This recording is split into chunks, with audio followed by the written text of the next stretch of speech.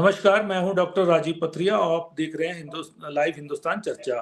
और आज इस चर्चा बहुत ही महत्वपूर्ण विषय पे हम चर्चा करने जा रहे हैं। ओल्ड पेंशन स्कीम, जिसे कि सुक्खू सरकार ने पूरी तरह से लागू करने के लिए परसों ही नोटिफिकेशन जारी कर दिया है और 1.25 लाख के करीब कर्मचारी हिमाचल के इससे लाभान्वित होंगे। और इसी के साथ सुक्खू सरकार ने नारी सम्मान योजना को भी स्पीति घाटी से शुरुआत करने के लिए मंत्रिमंडल में हरी झंडी दे दी है। ओल्ड पेंशन स्कीम एक सबसे बड़ा मुद्दा चुनाव का था। भाजपा इस मुद्दे को सत्ता में रहते हुए टालती रही, जिस कारण भाजपा को चुनाव में नुकसान भी हुआ। ओल्ड पेंशन कर्मचारियों ने एक लंबी लड़ाई लड़ी, इन पे बौछारें भी हुई, पुलिस का लाठीचार्ज भी हुआ, लेकिन उसके बावजूद भी ये मैदान में डटे रहे। कांग्रेस ने वायदा किया चुनाव में, प्रमुख गारंटी नंबर 1 पे जो गारंटी दी कि हम ओपीएस ओल्ड पेंशन स्कीम को बहाल करेंगे, और सुक्खू सरकार ने मंत्रिमंडल की पहली बैठक में उसको हरी झंडी दे दी। लेकिन ये बहुत पेचीदा मामला था, केंद्र से जुड़ा हुआ कहीं ना कहीं मामला था। एनपीएस में पैसा जमा हो रहा था, 9,000 करोड़ के करीब कर्मचारियों का पैसा अभी भी एनपीएस में है, उसको कैसे लाया जाएगा, ये एक बहुत लंबी लड़ाई लड़नी पड़ेगी राज्य को। लेकिन सुक्खू सरकार ने 1 अप्रैल से एनपीएस का कंट्रीब्यूशन बंद करवा दिया कर्मचारियों का, और एक ऑप्शन सब कर्मचारियों को दे दी गई है कि वो 60 दिन के भीतर परफॉर्मा भर के अपने एचओडी को बता दें कि वो ओपीएस में रहना चाहते हैं या एनपीएस में रहना चाहते हैं। तो इस लड़ाई को लंबे तौर पे लड़ा। आज इस चर्चा में हमारे साथ जुड़ने जा रहे हैं प्रदीप ठाकुर जी, जो कि कर्मचारी नेता हैं और ओपीएस की लंबी लड़ाई इन्होंने लड़ी है। प्रदीप जी, आपका स्वागत है। और जी नमस्कार। और हमारे साथ चर्चा में जुड़े हैं कांग्रेस के प्रवक्ता अमित बरमोरी जी। नमस्कार अमित जी। नमस्कार सर। और संजय शर्मा जी, भाजपा के वरिष्ठ नेता हैं, हमारे साथ जुड़े हैं इस चर्चा में भाग लेने के लिए। नमस्कार संजय जी। तो मैं सबसे पहले प्रदीप ठाकुर जी की तरफ जाऊंगा। प्रदीप ठाकुर जी, आपके संघर्ष का एक लंबा मुद्दा रहा है। आपने सभी को एकजुट किया, कर्मचारियों को 1.25 लाख के करीब कर्मचारी थे, उनको एक धागे में पिरोना बहुत मुश्किल था। फिर आपने भाजपा के कार्यकाल में ये लड़ाई शुरू की, विधानसभा के घेराव हुए, आपने लाठीचार्ज भी झेला, सब कुछ झेला, और अब आखिरकार वो सुखद घड़ी आ गई है कि आपको अब पेंशन के आप पात्र हो गए हैं। और आप सुनने में आया, अब आप बहुत बड़ा स्वागत भी करने जा रहे हैं मुख्यमंत्री सुखविंदर सिंह सुक्खू जी का। तो इस लड़ाई को में आपने क्या क्या झेला, वो इस और अब आप कहाँ तक पहुंचे हैं, किस मुकाम तक, तो कृपया इस पे आप थोड़ा सा रोशनी डालें प्रदीप जी। जी नमस्कार। मैं धन्यवाद करना चाहूँगा आपका कि आपने इस चर्चा में मुझे भाग लेने का सौभाग्य मुझे मिला। और देखिए, सबसे पहले तो मैं प्रदेश के आदरणीय मुख्यमंत्री श्री सुखविंदर सिंह सुक्खू जी, जो फैसले लेने के लिए माने जाते हैं और कठोर फैसले और प्रदेश हित में फैसले लेने के लिए माने जाते हैं, एक नायक की तरह वो आए हैं। खास करके हमारे ओपीएस के मुद्दे पे तो हमने शुरू से कहा कि एक नायक की तरह उन्होंने फैसला लिया है। उनका इस आपके चैनल के माध्यम से उनके सरकार के तमाम सहयोगियों का हम धन्यवाद करते हैं कि कर्मचारियों की एक बहुत लंबी मांग पुरानी पेंशन बहाली थी, उसको उन्होंने पूरा किया है। हालांकि पहली कैबिनेट की बैठक में उन्होंने पूरा कर दिया था। पहली बैठक में ये सारी चर्चाएं हुई थी और पहली कैबिनेट की बैठक में इस पर मुहर लगी थी। लेकिन आप भी जानते हैं और ये सभी कर्मचारियों को भी भलीभांति मालूम था कि जितनी भी जो भी काम होता है उस पे जो है मुहर जब लगती है तो उसके बाद अधिसूचना और उसके रूल और रेगुलेशंस में को बनने में थोड़ा समय जरूर लगता है। तो 2-2.5 महीने का समय जरूर लगा, लेकिन जो अधिकारियों ने और कर्मचारियों ने इसमें जो काम किया है, सचमुच ये लगभग 6-7 महीने का काम था शायद, जहाँ तक मुझे लग रहा था। लेकिन फिर भी बहुत जल्दी जो है अधिकारियों ने काम किया, तो ये कहीं ना कहीं सुक्खू जी के मार्गदर्शन में ही हो पाया है। उनके दिशा निर्देश और जिस तरह से वो कड़े फैसले लेते हैं और बिल्कुल सख्त फैसले लेते हैं, इसलिए जो है हम खास करके आभारी हैं आदरणीय सुखविंदर सिंह सुक्खू जी और उनके तमाम सहयोगियों के। जहाँ तक हमारे संघर्ष की बात है तो एक बड़ा लंबा संघर्ष था। 2015 से हमने हिमाचल प्रदेश में शुरू किया था। हालांकि देश के अन्य राज्यों में इससे कुछ पहले या कुछ बाद अलग अलग समय पे ये संघर्ष शुरू हुआ है। लेकिन 2015 से जब से हमने ये संघर्ष किया, और जैसा कि आपने देखा कि कोविड के तुरंत बाद जो है इस संघर्ष ने बहुत तेज गति से संघर्ष आगे बढ़ा। और चाहे वो लाठियों की बात हो, हमारे ऊपर एफआईआर की बात हो, हमारे ऊपर केस बनाने की बात हो, जी जो सारे झूठे केस थे और उसके बाद हमारे साथियों के स्थानांतरण या उसके बाद बहुत सारे और भी हमारी बारे में बहुत सारी शिकायतें, झूठी शिकायतें की गई। वो सारी आज जो है, क्योंकि आज हम सफल हुए हैं तो मुझे लग रहा है कि बहुत छोटी हम महसूस कर रहे हैं।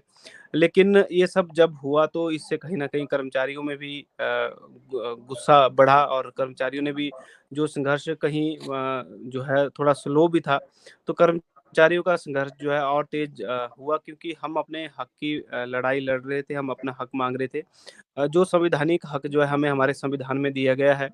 जो सीसीएस रूल 1972 में पुरानी पेंशन केंद्र सरकार के द्वारा दी गई थी, उस समय तो देश जो है बहुत विकट परिस्थितियों में था। हालाँकि उससे पहले जो है 2-3 युद्ध देश ने झेले थे और आर्थिक स्थिति क्या देश की थी। लेकिन फिर भी उस समय जो है एक पुरानी पेंशन के रूप में कर्मचारियों को उनका संवैधानिक हक दिया था, तो वही पुरानी पेंशन जो हम माँग रहे थे।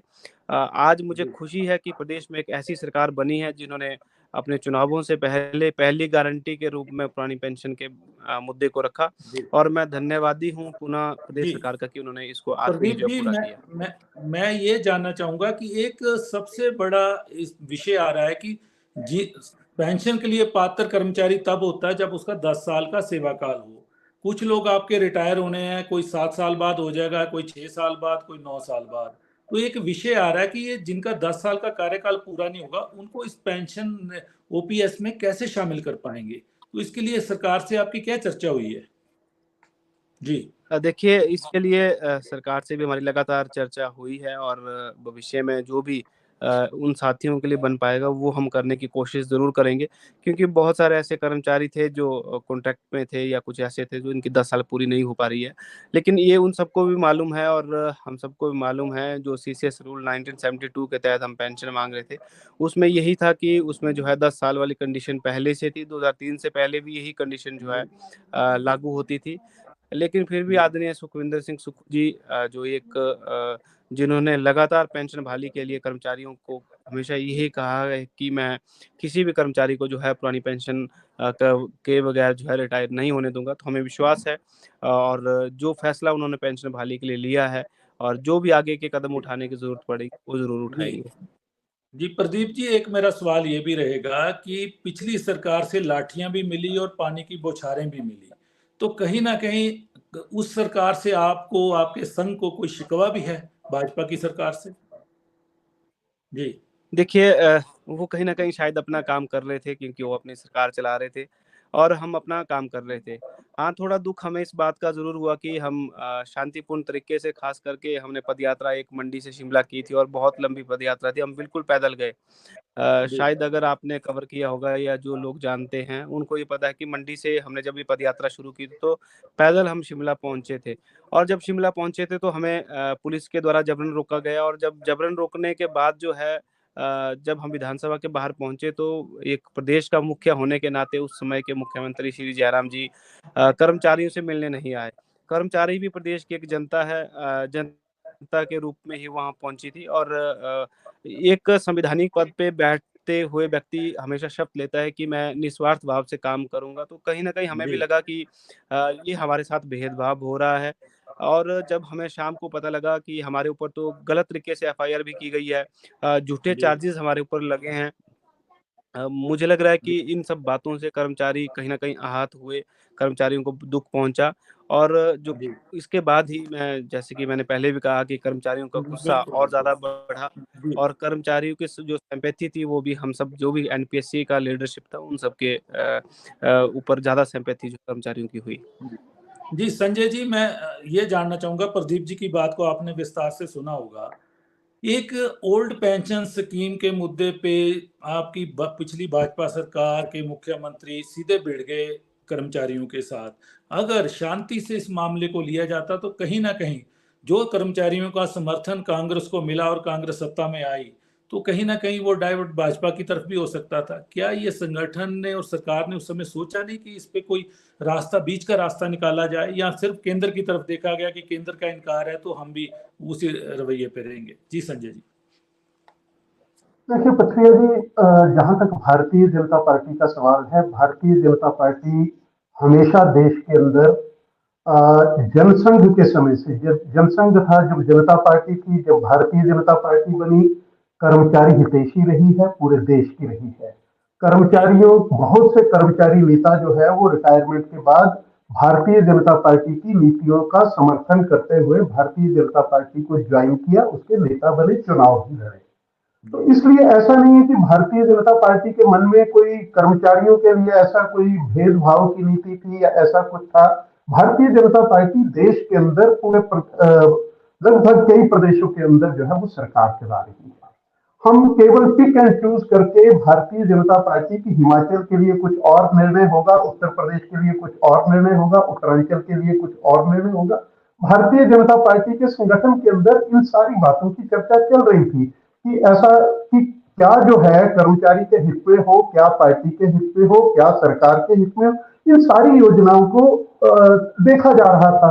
केवल मात्र जो है वो भारतीय जनता पार्टी स्वयं भू संगठन नहीं है कि हम जो है वो, या हम केवल मात्र कांग्रेस की तरह कोई 2 या 3 प्रदेशों के अंदर सरकार नहीं चला रहे हैं कि हम अपने निर्णय के अंदर इसको, इसकी पूरी व्यवस्था, इसकी फाइनेंशियल, इसमें इसकी रेपरकेशंस क्या होंगी, उन सारी चीजों का मंथन किया जा रहा था। जहां तक कर्मचारी अपने तरीके से अपने उस पर ठीक थे, उनको हक मांगना, उनका हक जो है वो जायज, अगर उनकी आवाज थी तो उसको सुना जा रहा था। लेकिन लाठी कहाँ तक उचित था उनके ऊपर FIR दर्ज कई बार जो है वो कुछ व्यवस्थाएं ऐसी बन जाती है, कई बार लॉ एंड ऑर्डर की सिचुएशन कई बार ऐसी बन जाती है। तो ऐसा नहीं है कि भारतीय जनता पार्टी के समय में हुआ है, कांग्रेस के समय में भी बहुत से आंदोलन होते हैं, कुछ ऐसी परिस्थितियां बनती है तब भी लाठीचार्ज होते हैं, राजनीतिक दलों पे भी होते हैं, कर्मचारियों के ऊपर भी होते हैं। डॉक्टर परमार से लेकर के कितने कर्मचारी, आपको याद होगा, और मुझे लगता है प्रदीप ठाकुर जी तब शायद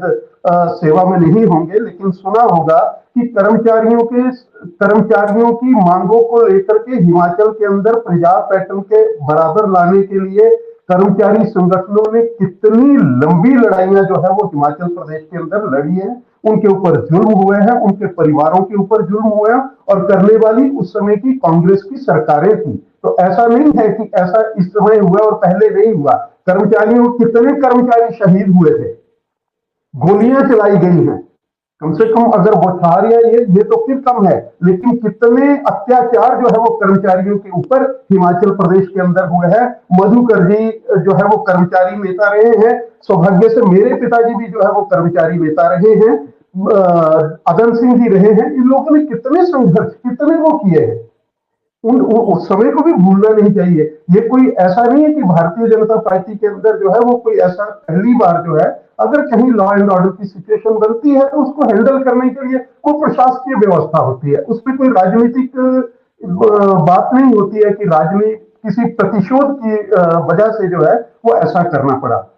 हम भी चाहते हैं, क्योंकि कर्मचारी कहां से निकले, हमारे परिवारों से हैं, हम कर्मचारी परिवारों से निकले हैं, उनके बच्चे हैं, हमारे माता पिता ने संघर्ष किया है, कर्मचारियों के लिए लड़ाइयां लड़ी हैं। लेकिन ठीक है, अब प्रदीप जी को, इनके सारी टीम को, इनके संघर्ष में इनको जीत मिली है, इनको बहुत बहुत बधाई। मुझे लगता है कि सरकार जो है जो निर्णय लिया है इसको एक मुश्त वो करे कि या ओपीएस या एनपीएस के उसमें ना तोले कि किस तरह का वो है। ये 2 धाराओं के बीच में कर्मचारियों को बांट करके रखने की आवश्यकता नहीं है। अगर निर्णय लिया है तो उसको एक मुश्त और एक तरह से होना चाहिए, और किसी भी तरह से जो है वो कोई ऐसा भेदभाव जो है वो कर्मचारियों के मन में ना आए। कुछ कर्मचारी ऐसे, अब एक चीज रख दी, आप अपना लिख करके दे दीजिए प्रोफार्मा। कुछ लोग ऐसे भी हैं जिनको इसके प्रोफार्मा के बारे में पता ही नहीं है कि वो एलपीएस में जाए या ओपीएस में जाए। तो ये जिम्मेदारी भी प्रदीप की और इनकी टीम की बनती है कि इसके लिए भी एक जागरूकता अभियान जो है वो कर्मचारियों के बीच में चलाए कि कौन सी स्कीम किस तरह से है, एनपीएस और ओपीएस के झोल में जो है वो इस मसले को ना लटकाया जाए। और इसके लिए जो है वो सरकार जो है वो, मुझे लगता है कि क्योंकि फिर जो है जो अधिकारी जिन्होंने वीरभद्र सिंह जी को 2003 में गुमराह किया था, और वीरभद्र सिंह जी ने माना था, क्योंकि इसको हिमाचल प्रदेश में एनपीएस को लागू करने वाले अगर कोई थे तो भारतीय जनता पार्टी की सरकार नहीं थी उस समय प्रदेश के अंदर, मुख्यमंत्री वीरभद्र सिंह थे। उन्होंने उस एग्रीमेंट को केंद्र सरकार के साथ जो है वो साइन किया है, माना है। तो इसलिए कांग्रेस पार्टी को, सुक्खू जी को भी जो है वो सबसे पहले जो है वो वीरभद्र सिंह जी के उसके लिए माफी मांगनी चाहिए, जो उन्होंने कर्मचारियों के साथ जो है वो उस समय 2003 से जो अन्याय किया है उसके लिए इनको माफी मांगनी चाहिए। जी अमित जी, संजय जी ने बड़ा जी। सवाल खड़ा किया कि जो उस समय फिस्कल मैनेजमेंट का एक एग्रीमेंट था वो वीरभद्र जी की सरकार ने साइन किया और कर्मचारियों की पेंशन बंद हुई, और लेकिन कांग्रेस ने ही बहाली का रास्ता भी दिया। और अब आपके पास सबसे बड़ा प्रश्न ये भी संजय जी ने उठाया है कि एनपीएस और ओपीएस दो रास्ते ना अपनाए जाएं, तो इस पे सरकार को कर्मचारियों को अवेयर भी करना होगा, ये भी एक बड़ी बात है। और क्या ये कांग्रेस ने उस समय अगर ना किया होता फिस्कल मैनेजमेंट, तो क्या आज तक पेंशन बहाल रहती? जी अमित जी। पहले तो मैं ये डॉक्टर साहब स्पष्ट कर देना चाहता हूं कि उस समय अगर प्रदेश के अंदर कांग्रेस की सरकार थी 2003 के अंदर, तो केंद्र में जो है उस समय अटल बिहारी वाजपेयी जी के नेतृत्व वाली भाजपा की सरकार थी जी। और आपको पता है कि प्रदेश की सरकार जो है वो फंड्स के लिए मोस्टली जो है केंद्र की सरकार पे निर्भर रहती है, प्रदेश की सरकार। जी। तो अगर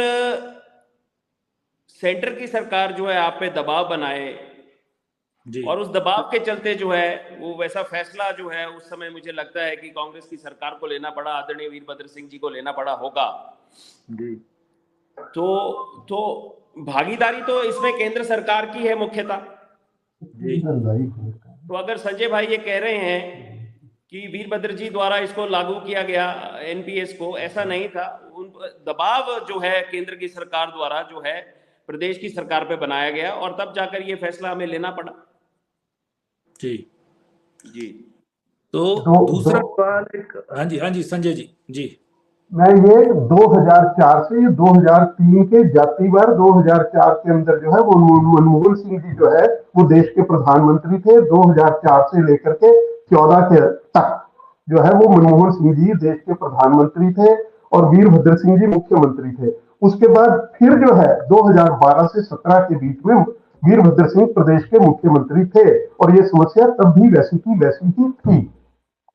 जी प्रदीप जी, मेरा एक सवाल ये भी रहेगा। ये कहना चाहता हूं कि ओपीएस एक मुद्दा बन के जो उभरा वो 2015 के बाद से, जैसा प्रदीप जी ने मेंशन किया, 2015 के बाद से एक जो ज्वलंत मुद्दा बन करके ये सामने आया है। और अब जो इस चुनाव से पहले, इस विधानसभा 2022 के विधानसभा के चुनाव से पहले कांग्रेस ने इस बारी पहली बार ऐसा हुआ है कि किसी पार्टी ने एक मैनिफेस्टो ना जारी करते हुए 10 गारंटियां जारी की और उस 10 गारंटी में सबसे ऊपर जो है ओपीएस को रखा गया और ओपीएस को विधिवत तरीके से कांग्रेस की सरकार बनते ही लागू भी किया गया। मैं बधाई देना चाहता हूं प्रदीप जी को। इससे 1,36,000 के करीब जो हमारे कर्मचारी जो एनपीएस के दायरे में आते थे वो लाभान्वित होने जा रहे हैं।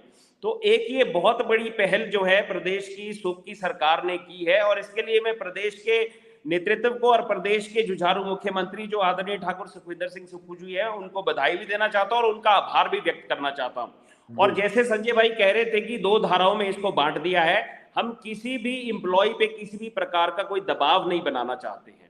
ये टोटली उन पर निर्भर करने के लिए ये छोड़ा है सरकार ने। इट डिपेंड्स ऑन देम कि वो किस तरह से, ये क्या वो एनपीएस के दायरे में रहना चाहते हैं या क्या वो ओपीएस के दायरे में रहना चाहते हैं, और विकल्प उनको देना है। तो कॉल उनकी है। तो इस करके सरकार किसी भी प्रकार का दबाव उन पर नहीं बनाना चाहती है। अमित जी, परसों ही मंत्रिमंडल ने ओपीएस की एसओपी का एक निर्णय लिया और कल नोटिफिकेशन होती है। एक निर्णय लिया नारी सम्मान योजना का। आपका बहुत बड़ा वायदा था, प्रियंका जी ने उसका प्रचार भी बहुत किया और कि 1500 रुपया हम सबको देंगे 18 वर्ष से लेकर 60 वर्ष तक। लेकिन कैबिनेट ने जो निर्णय लिया है परसों, उसमें ये लिया गया कि सिर्फ स्पीति घाटी की महिलाओं से शुरुआत करेंगे। तो क्या ये पूरे प्रदेश से, जब वायदा पूरे प्रदेश से था, लेकिन शुरुआत एक छोटे से चंद लोगों से क्यों शुरू गई, चंद महिलाएं? देखिए कोई भी निर्णय जब हम लोग लेते हैं, अगर हमें मंजिल तक पहुंचना है तो उसके लिए शुरुआत तो पहले करनी पड़ेगी। तो ठीक है, अगर शुरुआत एक जनजातीय क्षेत्र से हमने की है तो उसमें बुराई क्या है। और मैं समझता हूं स्पीति से अगर हमने इस चीज की शुरुआत की है और हमने सारी चीजों को कंसिडर करके जो है ये निर्णय सरकार ने लिया है, हर एक चीज को ध्यान में रखते हुए इसकी फाइनेंशियल रेपरकशंस क्या हैं, और हर एक डिपार्टमेंट से जो है चर्चा करके मुख्यमंत्री जी ने ये निर्णय लिया है। और इसकी शुरुआत स्पीति से अगर वो करने जा रहे हैं तो अच्छी बात है, एक जनजातीय क्षेत्र से इसकी शुरुआत हो रही है और जनजातीय क्षेत्र की महिलाओं को इसका लाभ मिल रहा है, इससे बड़ी बात और क्या हो सकती है।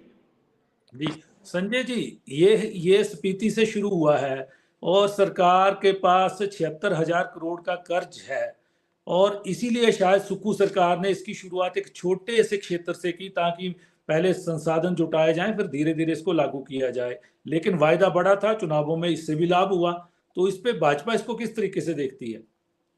देखिए, ये मेरे पास ये कांग्रेस का इलेक्शन मैनिफेस्टो है, हिमाचल, हिमाचलियत और हम।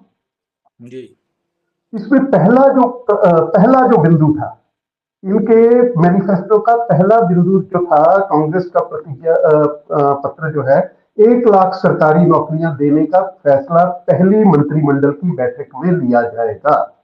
जी ये भारतीय जनता पार्टी का नहीं है, ये इनका है। आज बेरोजगार जो है वो देख रहा है। फिर जब हम हम की तरफ जाते हैं, जब इन्होंने हिमाचल, हिमाचलियत और हम के अंदर ये पहला है कि जेबों में सीधा पैसा डालने के 1,500 रुपया महिलाओं को प्रति माह दे करके। जी उसमें कोई ये नहीं था कि स्पीति में देंगे कि सिरमौर में देंगे। पूरे प्रदेश की महिलाओं को, 23.5 लाख महिलाओं की जेब में जो है वो 1,500 रुपया, और इनके अपने कैंडिडेट के जो है, भाई एक होगी तो 1,500, 2 होंगी तो 3,000, 3 होंगी तो 4,500, 4 होंगी तो 6,000। या सारे इनकी कैंपेन का हिस्सा था ये, बिल्कुल बिल्कुल। तो उसमें तो किसी ने नहीं कहा कि ये स्पीति से करेंगे, छोटी जगह से करेंगे। प्रदेश की अगर हर महिला ने अगर कांग्रेस पार्टी का इस 1,500 रुपए के लिए साथ दिया है, तो क्या वो अब अगले 4 साल, अब मुख्यमंत्री जी कहते हैं कि ये जितनी घोषणाएं थी 5 साल के लिए थी, तो क्या जाति बार 4.5 साल के बाद आप इसको करेंगे, और अगले जाति बार आप केवल 6 महीने के पैसे उनकी जेब में डालेंगे? उनका हक बनता है कि 1 जनवरी 2023 से जो है वो उनके खाते में पैसा आना शुरू हो जाता। फिर इसी के साथ 1,500 रुपए के साथ इन्होंने लिखा, ये मेरा नहीं है, ये इनका है, इसके साथ लिखा है 300 यूनिट। जी 300 यूनिट फ्री बिजली जो है वो आज भी इंतजार कर रहे हैं। जो 125 मिल रहा था वो भी चला गया। जी जो 125 यूनिट मिल रहा था, अभी पिछले कल की अखबार में था 22 पैसे पर यूनिट जो है वो पैसे बढ़ाने की योजना चल रही है, सरकार के एजेंडा में है। 22 पैसे प्रति यूनिट बढ़ाने का जो है वो प्रावधान सरकार करने जा रही है। तो 300 यूनिट कहां गया? इन्हीं के उसमें है। ये पहला 1 लाख कहां है नौकरी? जी अमित जी, संजय जी ने आपका घोषणा पत्र उठाया है और कुछ जी, सवाल किए हैं। जाहिर है कि प्रदेश के ऊपर कर्जा बहुत है, आय के संसाधन बहुत कम है। ये पहला बजट है कि सुक्खू जी ने आय के संसाधन जुटाने के लिए पहली बार बजट में कुछ चीजों की अपनी रूपरेखा रखी है। आज तक बजट में ऐसा नहीं आता रहा है, लेकिन वायदे तो निभाने होंगे, क्योंकि लोकसभा चुनाव आगे है। उसमें आपकी समीक्षा होगी कि आपने जो वायदे किए हैं उन वादों को कहां तक निभाया है। ओपीएस तो आपने निभा दिया और शुरुआत कर दी। जी वायदे नहीं, हमने गारंटियां दी हैं, और इन गारंटियों को इम्प्लीमेंट करने की दिशा में प्रदेश की सरकार ने हर संभव कदम को उठाया भी है और आगे भी प्रयास करती रहेगी। मैं आपको ये याद दिलाना चाहता हूं, कर्जे की अगर ये बात कर रहे हैं तो पिछली प्रदेश की भाजपा की सरकार ने कितना कर्जा हम लोगों पर छोड़ करके गए हैं। और अगर आज मुख्यमंत्री जी की और उनकी कैबिनेट और हिमाचल प्रदेश में कांग्रेस की सरकार अगर रेवेन्यू जनरेशन का प्रयास कर रही है, तो वो प्रयास इसीलिए कर रही है ताकि इस परिस्थिति से हम लोग बाहर आ सके, और हिमाचल प्रदेश जो है फाइनेंस की दृष्टि से आत्मनिर्भर हो सके। और इसी दिशा में हम लोगों ने एक कदम उठाया है। और जैसे ये कह रहे हैं कि पूरे प्रदेश में लागू करने की बात थी इस सम्मान निधि को, महिलाओं की सम्मान निधि को, तो हमने तो केवल स्पीति से शुरुआत करने की बात की है, और आस्ते आस्ते पूरे प्रदेश में इसको चरणबद्ध तरीके से लागू किया जाएगा। जी जी प्रदीप जी, कांग्रेस की गारंटियां जो हैं, प्रदीप जी मेरी आवाज सुन रहे हैं? प्रदीप जी, प्रदीप जी, जी जी कांग्रेस की जो गारंटियां हैं उसमें ओपीएस की गारंटी तो पूरे तौर पे लागू हो रही है, इसके लिए आपको बधाई। बाकी गारंटियां धीरे धीरे चलेंगी, जैसा कि अमित जी ने कहा है, खजाने को देखते हुए। लेकिन जो कर्मचारियों को पैसा एनपीएस में जो कंट्रीब्यूशन के तहत लगभग 9,000 करोड़ रुपया जमा है, उस पैसे को लाने के लिए सुप्पू सरकार ने एक प्रस्ताव भी केंद्र को भेजा, लेकिन उसका कोई ना जवाब आया, ना इनकार आया, ना यासाई। तो क्या आपको लगता है कि इस पैसे को पाने के लिए कर्मचारियों को अब कानूनी लड़ाई भी लड़नी पड़ेगी? जी। ये हमारे पास बहुत सारे विकल्प हैं, क्योंकि वैसे तो हमें सुक्खू जी के ऊपर पूरा विश्वास है। उन्होंने कहा है कि इस पैसे को भी मैं ज़रूर वापस लाऊँगा, और जिस तरह से वो उनका व्यक्तित्व रहा है, जिस तरह से वो फैसले लेने के लिए माने जाते हैं, और जिस बात को लेकर, जिस विषय को लेकर वो कुछ अगर ठान लेते हैं तो वो करके दिखाते हैं। जी। अगर उन्होंने कहा है तो वो बिल्कुल सक्षम है, और बिल्कुल वो पैसा हमारा वापिस आएगा। और साथ ही साथ मैं थोड़ा-सा बता दूँ कि कानूनी एक हमारे पास एक और विकल्प रहता है, और एक जी। और विकल्प हमारा ये है कि हम पूरे राष्ट्र स्तर पर भी पुरानी पेंशन बहाली के लिए लगातार प्रयास कर रहे हैं। जिन जी। 5-6 राज्यों में पेंशन बहाल हुई है, वहाँ के जितने भी कर्मचारी हैं और पूरे देश के और कर्मचारी, लगातार ये संघर्ष हमारा पूरे देश में भी जारी है। अभी कर्नाटका में भी आप देख रहे होंगे, वहाँ पर भी बोर्ड फॉर ओपीएस की अपील कर्मचारी की है कि इस बार हम अपना बोर्ड जो है पुरानी पेंशन बहाली के लिए ही करेंगे। तो राष्ट्र स्तर जी। पर भी हमारा आंदोलन बहुत तेज़ गति से आगे बढ़ रहा है। मुझे लगता है कि कहीं न कहीं जो है केंद्र सरकार को भी आज नहीं तो कल पेंशन बहाली की ओर जाना पड़ेगा। और अगर पेंशन बहाली की ओर नहीं जाएँगे तो आपको पता ही है, हिमाचल प्रदेश में जिस तरह से आंदोलन आगे बढ़ा है, और इस जी। तरह से देश में आंदोलन आगे बढ़ेगा तो केंद्र सरकार को भी या तो झुकना पड़ेगा, या तो देश की सत्ता से कहीं न कहीं हो सकता है कि कर्मचारियों को इस तरह से आगे फैसले लेने पड़े कि हमें कठोर फैसले लेते हुए जो है उसी सरकार को देश में भी लाने की कोशिश करनी पड़ेगी, जो पुरानी पेंशन बहाल कर सकती है, जो हम सबके पैसे हमें दे सकती है। और मैं दूसरी बात बता दूँ कि हिमाचल प्रदेश में पुरानी पेंशन बहाल करके सुखविंदर सिंह सुक्खू जी ने तोहफ़ा कर्मचारी और परिवार जो लाभान्वित हुए हैं। लेकिन मैं बता दूँ कि 2000 करोड़ हमारा देश का जो लगभग 2000 करोड़ के आस-पास पैसा ये केंद्र सरकार को जा रहा था। पिछले फाइनेंशियल ईयर में लगभग 1800 करोड़ के आस-पास गया, और इस जी। फाइनेंशियल ईयर 2000 करोड़ जाना था। तो ये 2000 करोड़ आदरणीय सुखविंदर सिंह सुक्खू जी ने बचाया है, और ये सारा पैसा जो है, जिस आधा पैसा अगर कर्मचारियों का हटा दें तो लगभग 1000 करोड़ जो है प्रदेश हित में ये लग सकता है, प्रदेश के विकास के कामों में लग सकता है। जी। तो ये एक सुखविंदर सिंह सुक्खू जी की दर्शिता वाली जो सोच है, जी। जो एक वो है लगता के क्योंकि फैसले अन्य प्रदीप मुद्दों जी, को लेकर भी ले लिए हैं। प्रदीप जी, राजस्थान और छत्तीसगढ़ को केंद्र ने इनकार कर दिया है कि ये पैसा कर्मचारी जब सेवानिवृत्त होंगे उसी समय उनको दिया जाएगा, क्योंकि उसी से उनको ग्रेच्युटी मिलेगी और पेंशन लगेगी। तो अगर वो पैसा नहीं मिलता है, तो क्या हिमाचल के कर्मचारियों को भी 2 पेंशन लगेगी, एक एनपीएस की और एक ओपीएस की? जी। देखिए जी, बिल्कुल ये तो होगा अगर वो पैसा अगर वापस नहीं आता है, तो ये 2 तरह की जी। पेंशन जो है लगती है। वो क्योंकि जो एनपीएस का पैसा केंद्र सरकार के पास रहेगा, वो तो उनको देना पेंशन के रूप में देना पड़ेगा, और आफ्टर डेथ जो है उनके परिवार को पैसा मिलेगा। जी। संजय शर्मा जी हमारे साथ हैं, वो कर्मचारी नेता के बेटे, उनको भली-भाँति ये बात पता है कि आज तक शायद ही इतिहास में ऐसा हुआ हो कि कर्मचारियों का पैसा सरकार के पास है या सरकार के माध्यम से कहीं गया है और वो कर्मचारी को नहीं मिला हो। क्योंकि कर्मचारी एक जी। पढ़ा-लिखा वर्ग है, उसको सारी कानूनी प्रक्रियाएँ पता है, उसका पैसा कहीं भी नहीं डूब सकता। क उनको पता है कि हमें अपना पैसा कैसे वापस लेना है। अगर जी। देखिए, एक जो सरकारों के माध्यम से अगर ये पैसा नहीं भी मिलता तो कोर्ट में हमारे पास विकल्प ज़रूर रहेगा।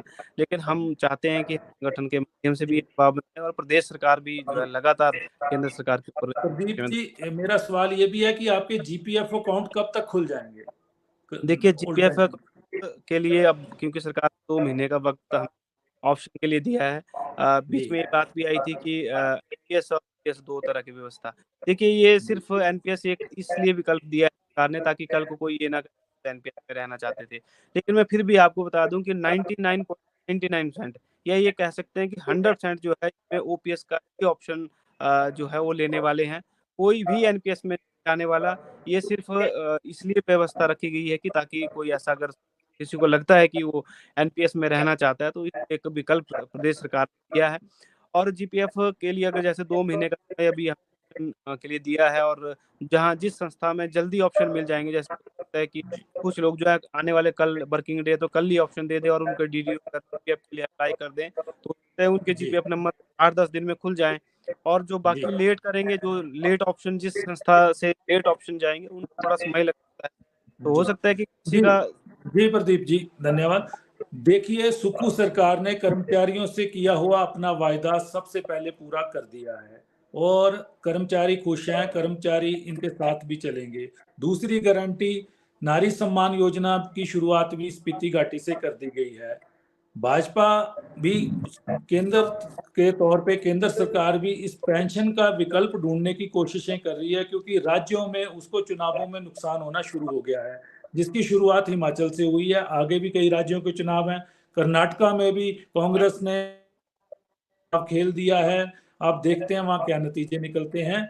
आपने इस चर्चा में भाग लिया, सबका धन्यवाद।